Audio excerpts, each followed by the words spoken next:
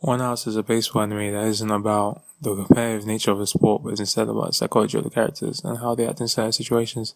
This is the appeal of the show and is the main reason why it's the best baseball anime I've created. It utilizes the whole mind game gimmick excellently. It starts off by focusing on Kojima, the main team's pinch hitter, who starts off as your stereotypical hot-blooded, passionate character before they have a life-changing experience, and two other characters that don't really matter because in the end everybody gets overshadowed by Tokichi, but we'll discuss that later. And two other characters who, because they don't play any role outside the first episode, therefore I won't even bother to mention their names, go to an abandoned baseball field near an American military base and find that a bunch of people are gambling on a baseball game called One Outs. I'm not going to explain what the rules of the game are because it doesn't matter. In most baseball anime, the rules of the game don't matter, but later in the series, they are well exploited. Here's where we meet Tokichi and find out what makes the series so great. The first thing that runs through anybody's head is the whole notion that these morons are going to play the game. And as expected, they play the game and lose. But what makes this show worth watching is not the fact that they lost, but how they lost.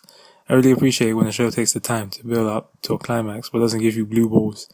So when one of the guys who was with Kojima in the intro, the douchebag with the pompadour, plays against Tokichi and operates on this whole notion that he's going to win because he's a professional, even though he spends most of his time in the dugout, Tokichi, noticing his demeanor and baseless confidence, strikes him out with ease.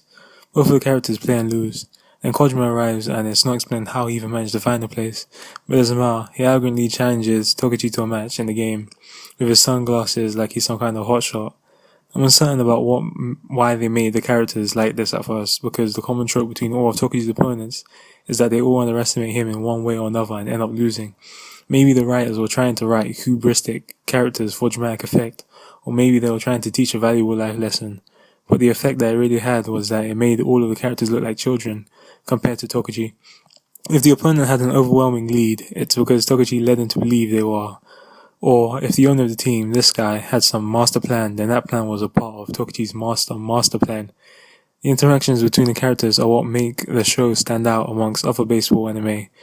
No, other sports anime, but if you're gonna make an anime where every character except the main one is stupid, then what's the point? He's even the only character in the opening. I was thoroughly entertained by the show, but I don't even know what else I could talk about other than every character in relation to Tokichi. I watched the entire show hoping that it would be as fun and engaging as Big Wind-Up, but all I found was that it was just a compilation of Tokichi being a badass and his opponents serving as mouthpieces for every extraordinary feat of intellect he displays. If a show has only one good aspect about it, then it best make sure that it does it amazingly, which One Outs does.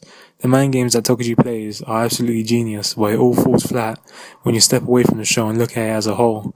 I can't remember a single thing about the show other than a lot of what happens with Tokichi whenever he's pitching. I do, however, remember this Johnson guy. Why is it that black characters in anime often come across as retarded or mentally deficient in some way? When I watched that match, I just felt really creeped out by the character. There was just really something really off about the guy. Other than how well the show handles the mind games, there's nothing else I can talk about.